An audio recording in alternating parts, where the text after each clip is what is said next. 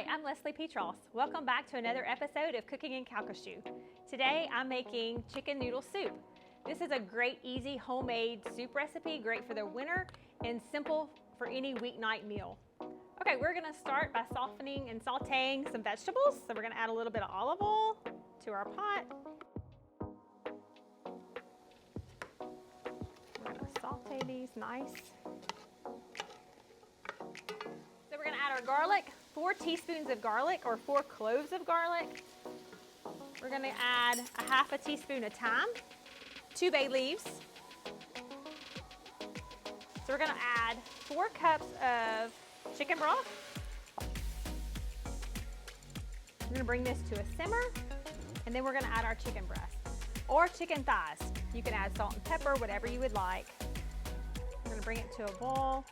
We're gonna cook our chicken for about 20 minutes, and then we'll come back and check on it.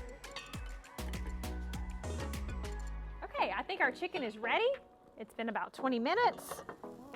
We're going to add our noodles for about 5-6 minutes. We're gonna let those boil. And while that's boiling, we're gonna shred our chicken. Very simple. Just take a fork. You can also chop it, dice it if you want, however you want your chicken in your soup. Okay, it looks like our noodles are all cooked. So we're gonna add our chicken back in.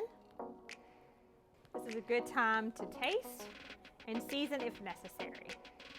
I hope you enjoy this delicious homemade chicken noodle soup.